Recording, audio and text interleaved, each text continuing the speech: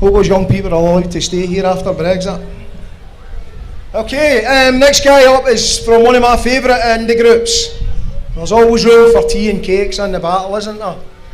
He's one of the founder, he's an ex-SNP councillor, and also a founding member of English Scots for Yes, which is a great movement, and they're always just ready to clamp people that play that feeking racist card ways, don't they? Okie dokie, he does what he says on the tin. English by birth, Scots by choice. Matthew Sturgess.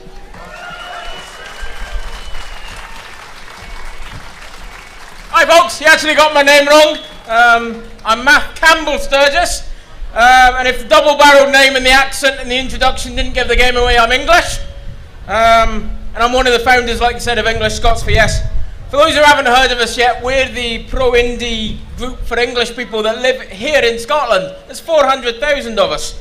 And our job for the last 4 years has not only just been to persuade them 400,000 that we should vote yes, it's also been to tell the rest of the nation that no, there's no anti-Englishness in the Yes campaign. The Yes movement, as our motto put it, because it's not about where you were born, but where we are going together as a country.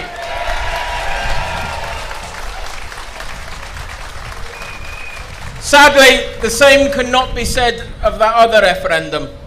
The xenophobic attitudes we've seen from a minority since the Brexit vote has been sickening to behold, and it's made me just a wee bit ashamed of the nation of my birth.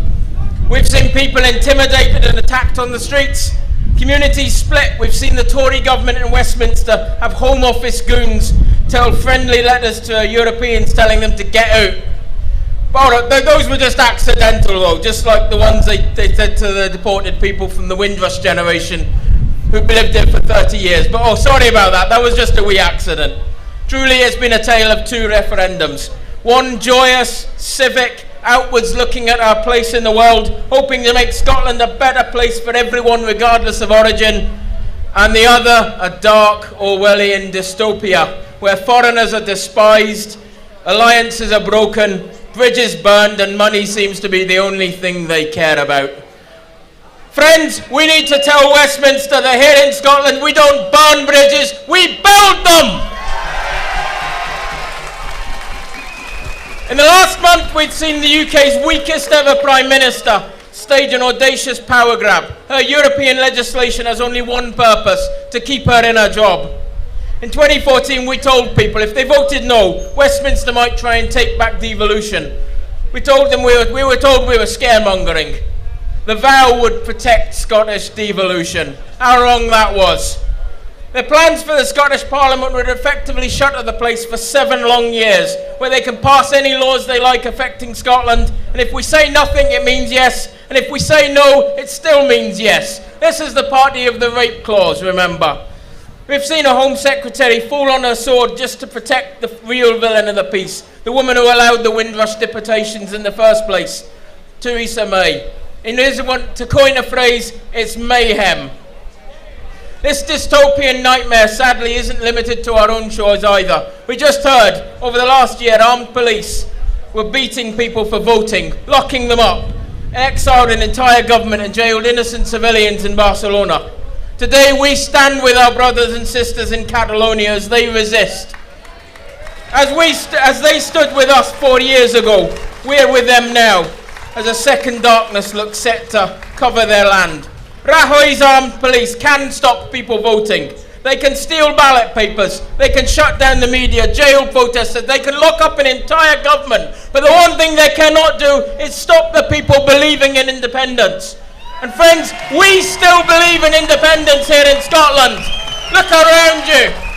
Despite the growing darkness here and abroad, there are opportunities for us here. Brexit seems destined to do the one thing they did not manage to do in them sunny days in this very city 4 years ago. Deliver us from the darkness and into the light of an independent, free Scotland.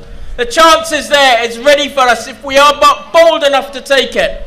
Over the last few months, Westminster has sought, as they have since the Brexit vote, to completely ignore the wishes and needs of the Scottish people by grabbing powers that are ours, by circumventing committees, threatening our Parliament to ensure that the disastrous vision of a hard Brexit comes true.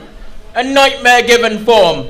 We face being dragged out of the European Union, marched out of the single market, and the protections of the European Court of Human Rights stripped from us.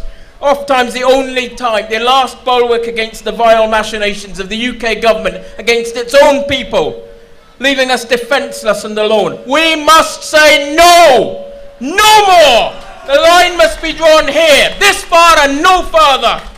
We cannot, and I say to you today, we will not accept the future of our nation being decided in Westminster. Independence before Brexit.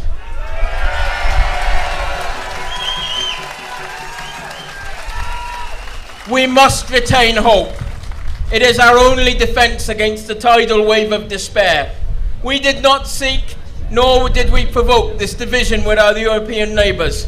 We did not expect, nor did we invite the confrontation we now face with London, where they seek to undermine our Parliament. And yet, the true measure of a people's strength is how they rise to master that moment when it does arrive. We shall together build anew this nation of ours. We shall strive to fight against the darkness no matter the cost. We will do what is hard, we will achieve what is great. Engraved upon the walls of our Parliament are the words of Alistair Gray. Work as if you live in the early days of a better nation. Aye. Thank you.